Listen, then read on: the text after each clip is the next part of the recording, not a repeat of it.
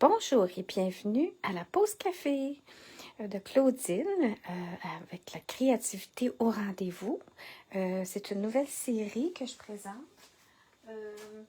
une fois par semaine, probablement pour les 6 prochaines semaines, ou même, je suis pas certaine, ça va dépendre, parce que j'ai des choses et des activités planifiées, des marchés et tout, et puis je veux juste m'assurer qu'en me lançant un jeudi comme ça, que ça va être comme ça régulièrement tous les jeudis. Bref, alors, ce que je vais présenter aujourd'hui, c'est l'art de la table.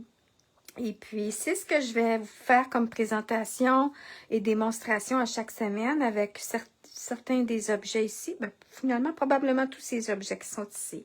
Alors aujourd'hui, on va commencer avec la petite boîte comme ça, qui est un petit cadeau qu'on peut offrir, un petit chocolat, quelque chose comme ça, à quelqu'un, ou qui peut aussi indiquer le nom de la personne lorsque vous faites votre setup de vos invités autour de la table pour le temps des fêtes. Mais là, moi, j'ai pris du papier de Noël, du papier du temps des fêtes, mais vous pourriez faire la même chose et juste changer le papier à motif, changer les décorations, mais la base va être la même pour en toute occasion. Alors, de ce pas, je vais commencer tout de suite à vous présenter, à vous faire la démonstration, comment on va réaliser cette jolie petite boîte, toute facile et simple. Et puis, je vais retirer le reste, comme ça, pour faire de la place. Alors, la première chose qu'on a besoin, et puis là, je vais vous montrer la différence un petit peu entre les deux projets ici. Alors, ça ici, c'est des petits cartons que j'avais sous la main, du papier à motif, et puis j'ai petites feuillage, fleurs, et puis l'endos ici. Et puis, ce qui est important, c'est si on veut faire toute une mise en scène, comme que ce que je vous ai montré, que ça fit bien, que ça se marie bien, les papiers à motifs avec les différents petits objets qu'on va créer. Alors, choisissez un papier à motif que vous avez déjà plusieurs feuilles. Comme ça, vous allez pouvoir faire le répétitif du même papier pour faire les autres objets. Puis en même temps, ben, ça va vous garantir que vous seriez prêt à tout mettre ça sur la table lorsque vous recevez vos invités. Peut-être que ce ne sera pas le cas et peut-être que vous allez juste utiliser certaines choses pour différentes occasions, mais au moins en prenant le même papier à motif pour tout faire les objets, bien à ce moment-là, ça va vous donner justement le choix de qu'est-ce que vous désirez faire avec après. Alors, on commence. Alors, j'y vais avec un papier cartonné, un verre. Et puis, ce papier-là, il est 8,5 par 6, si je ne me trompe pas. Alors, un petit peu, je vais regarder mes notes. Alors oui, c'est 8,5 par 6. Et puis là, ce qu'on va faire, c'est qu'on va créer des lignes d'embossage. C'est ça le gros du travail. Après ça, on fait juste décorer. Alors, j'y vais de l'avant et je commence à faire des lignes de pliage, d'embossage du côté court, du côté 6 pouces. Et là, je vais y aller attendez un petit peu, à 1,5, 1 pouce et demi. Je fais une ligne. Et ensuite, à 4,5, je refais une autre ligne. Ensuite, je vais tourner du long côté, qui est du côté 8,5. Et ensuite, je vais commencer et je vais faire une ligne de pliage, d'embossage à 2 pouces, à 3,5, à 5.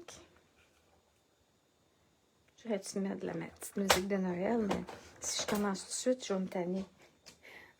Et à 6,5. Alors là, je vais ouvrir mon bras et étirer mon bras pour me rendre à 6,5. Voilà. Ensuite, on va fermer le tout. Oups, excusez, j'ai accroché ça. Et on va faire du pliage. Alors, je vais prendre mon plioir à os. Et puis là, ce que je vais faire, c'est que je vais commencer par plier un côté, soit le court, le long, peu importe. Puis, je vais y aller comme ça ici. Et puis, c'est le côté vallée que j'ai devant moi. Mais il y a différentes écoles de pensée. Il y en a qui font le pliage de l'autre côté, du côté vallon. Mais moi, je vais du côté vallée. Et je plie comme ça ici. Voilà. Ensuite, ce que je vais faire, c'est que je vais tailler, je vais couper mes deux rectangles ici en haut et en bas. Alors, j'ai du côté court, du côté de 6 pouces. Et je vais ôter les extrémités. Alors, je vais y aller comme ça ici. Puis, je vais vous expliquer un petit truc après. On conserve, on a une manie de tout conserver, hein, nos retailles pour utiliser faire autre chose. Puis, je vais vous montrer après ma petite idée de quoi faire avec ces petites retailles-là. Parce qu'ils peuvent être très pratiques. Et on y va comme ça ici. Ensuite, ce qu'on va faire, c'est qu'on va tailler, c'est-à-dire couper. Je vais juste checker mes notes, m'assurer que je ne saute pas d'étape. Je vais arriver, puis je vais couper ici, ici, ici et ici. Ensuite, je vais faire un genre de petit mini triangle. Et puis, on fait toujours ça quand on fait des pliages, ça colle mieux parce que des fois, c'est quand c'est trop serré, trop juste, ça veut pas, ça n'arrive pas, ça n'arrive pas juste. Alors, ça crée une facilité de pliage, de collage. Puis je pourrais même dire que quand j'ai collé tantôt, je vais juste m'assurer. Je pourrais arriver et dire, je vais en faire ici aussi. Juste sur un côté, puis vous allez voir pourquoi. Parce que je vais décider qu'il y a un côté que c'est plus important, que ça plie bien que l'autre. Bon. Alors, ce que je me suis aussi... Ah oui, OK. Alors, je vais tasser ça ici, puis après, je vais arrondir mes coins. Alors, je vais prendre ma planche d'enveloppe, parce que j'ai pas de perforatrice pour arrondir. Mais j'ai un autre type de coupe-papier qui a aussi l'option d'arrondir les coins. Mais je ne le sortirai pas juste pour ça. C'est plus simple d'y aller avec ma planche marquage d'enveloppe. Envelope punch board. OK. Alors là, je vais passer ça comme ça. Puis, ça va me faire de la place. Ensuite, ce qu'on fait, c'est... On va arriver, puis oui. Ce qu'on peut faire, c'est de couper notre papier design qu'on a choisi. Alors là, je l'ai fait ici. Et puis, la mesure de mon papier design est de 2,5 2 pouces et demi par 1 pouce et quart, 2 fois. Et ça va coller à l'avant et à l'arrière. Ça, c'est, comme on peut voir ça ici. OK. Alors, j'y vais. Je vais prendre un petit peu de colle Tombow. Si vous êtes à l'aise avec la colle Tombow, c'est qu'on presse légèrement vers le centre et on va faire le contour à peine en pressant pour que ce soit un petit filet et qu'on... Moi, j'aime être debout quand je m'enligne aussi. Ça, c'est un autre truc. Parce que si je bouge, la colle va rester, puis elle va être collante. Et puis, la Tombow, elle sèche transparente, mais elle reste collante. Après, il faut attendre que ce soit complètement sec et y aller avec une petite efface pour enlever la colle qu'on ne veut pas. Voilà. Maintenant, je ferme ça. Alors, là, si vous vous souvenez, je suis arrivée et j'ai dit, ça ici, ça va coller. Alors, ça va être l'intérieur. Puis là, ce que je veux décider, c'est qu'est-ce qui va être le devant et l'arrière. Ah, ben oui, regardez, j'ai coupé comme ça ici, c'est pas correct. Ah. C'est correct. Comme ça, c'est ça ici. Si disons que je vais coller ça, comme ça. OK? Puis lui, il va aller comme ça, par exemple. Mais ce que je voulais dire tantôt, c'est j'ai taillé mes deux petits triangles. Mais si je suis arrivée, puis j'ai taillé un peu de lui aussi, puis c'était pas ça qu'il fallait faire. Ignorez ça. Faites juste tailler vos petits triangles comme ça, ici dans le centre, un point, c'est tout. Parce que ce qui arrive, c'est que après, on va coller. Puis là, je vais voir. Ouais, c'est ça, je peux pas. Regardez, j'avais taillé, puis là, ça fait pas beau la finition. Alors, ce qu'on fait ensuite, c'est... Ah oui, avant de faire le collage, on va faire deux petites choses. On va aligner pour faire des petits trous pour la petite boucle. Alors, moi, ce que j'ai fait, c'est que j'ai décidé que je faisais ça avec un petit marqueur à l'intérieur. Ça va être plus facile. Et puis, je sais que mon point, un de mes trous va être à partir à 1 pouce. La bordure à 1 pouce. La bordure à 1 pouce. Et après, on y va avec la hauteur. Et puis là, la hauteur, c'était 3/8 de pouce. Alors, 1, 2, 3, ici. OK. Alors, 3/8 de pouce. Alors, mon petit point, je suis quand même bien alignée. Fait que la hauteur, le point, vous savez, c'est ici le 3/8. Alors, il faut que je fasse un trou là, puis un trou là. Alors, on y va avec une petite... un petit trou. C'est comme 1/8 de pouce. Puis, ce que je vais faire, c'est que je vais m'aligner où est-ce que j'ai fait mon petit point. Je vais aller faire mon petit trou de chaque côté. Puis, ça va me permettre ça de glisser mon ruban. Ensuite, ce qu'on fait, c'est qu'on va plier l'autre côté. Et puis, on va répéter. C'est soit qu'on arrive puis qu'on fait une petite marque au crayon à lamine ou que si vous êtes à l'aise, juste vous enlignez que votre perforatrice, elle enligne le trou. Puis vous n'êtes pas en train d'agrandir l'autre trou. C'est pas bien grave. Mais voilà. Alors, les trous pour faire mon ruban, pour mettre mon ruban, sont faits. Alors, je vais tasser mon croppadaire. Et puis, l'autre chose ensuite, c'est de, voyez-vous, c'est un petit peu arrondi. Alors, c'est soit que vous y allez sur le bord d'une table, que si jamais votre table est arrondie, puis vous donnez un mouvement. Sinon, vous y allez avec légèrement, avec le plioir à se donner un petit mouvement qui sort vers l'extérieur, comme ça ici. Voilà. Fait que quand ça va être fermé, on va mettre le ruban comme ça, puis ça va faire ça comme ça. OK. Bon, ensuite, alors comme j'ai dit, on a nos deux milieux ici qui ont été un petit peu enlevés de triangle. Puis là, ce qu'on fait, c'est que on va coller notre carton en premier avec la Tombow, le milieu vers l'arrière. Alors, parce que je pense, moi, ce que j'aime, c'est que le devant, le deuxième rabat, il y a le milieu, il y a le gauche et le droit. Alors, celui du devant, de la droite, celui on va voir le rebord comme ça. Pour moi, j'aime mieux que ça soit l'endos. Alors, si jamais il y avait un petit carton, pour l'instant, c'est quand même la même chose des deux côtés. Mais c'est de prendre en considération que quand vous collez, la même chose des deux côtés. Comment vous mettez vos rabats. Et puis après ça, pour décorer, pensez à ça. De dire, ben, je veux pas ça en avant. Je le veux à l'arrière.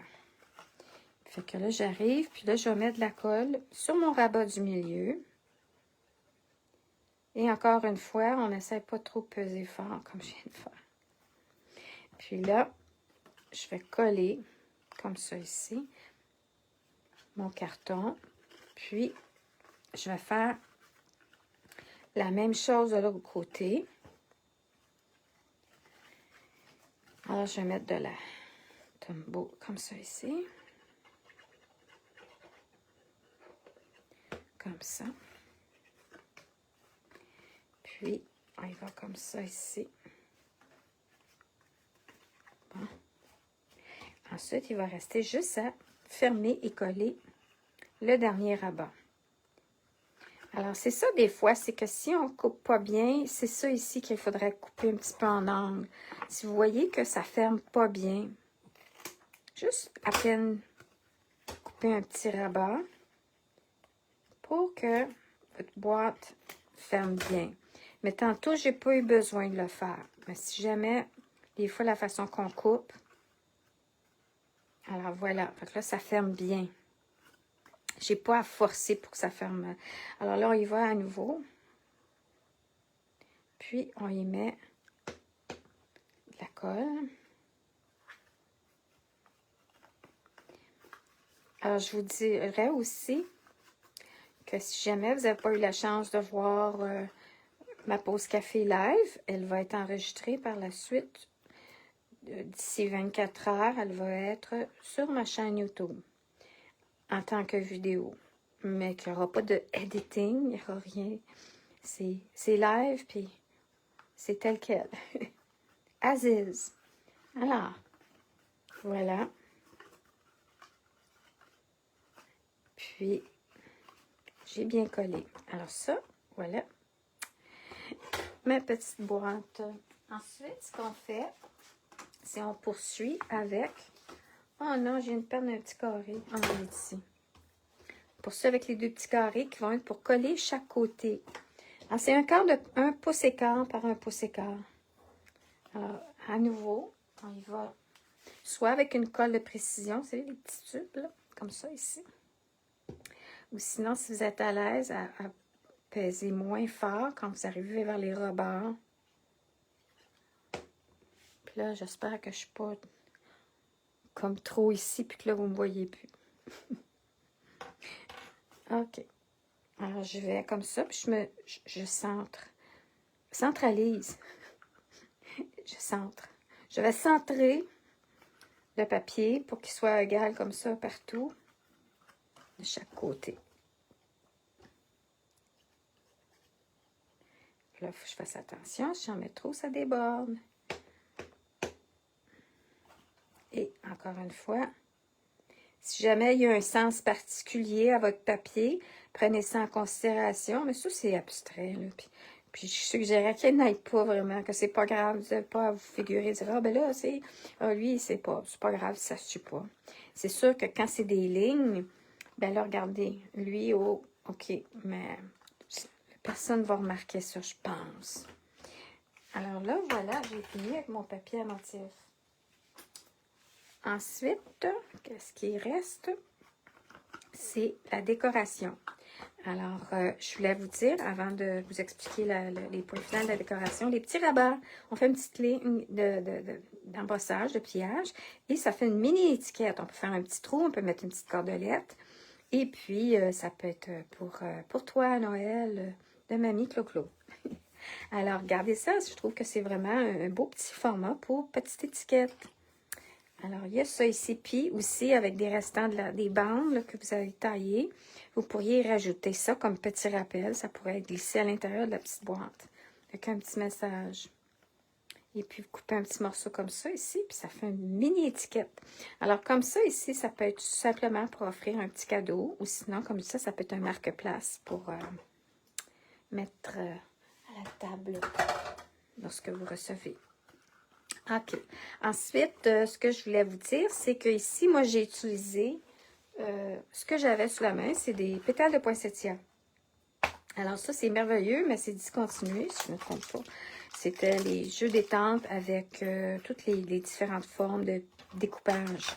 Alors, j'ai tout simplement pris ça. Alors, vous regardez ce que vous avez sous la main qui pourrait bien s'agencer avec votre papier à motif. Alors ça, c'est la même chose. J'avais pris un côté, un papier argenté. Ici, c'est un papier en velours. Et puis, des étiquettes. Ça, là, je sais vraiment pas où est-ce que je suis allée chercher ça.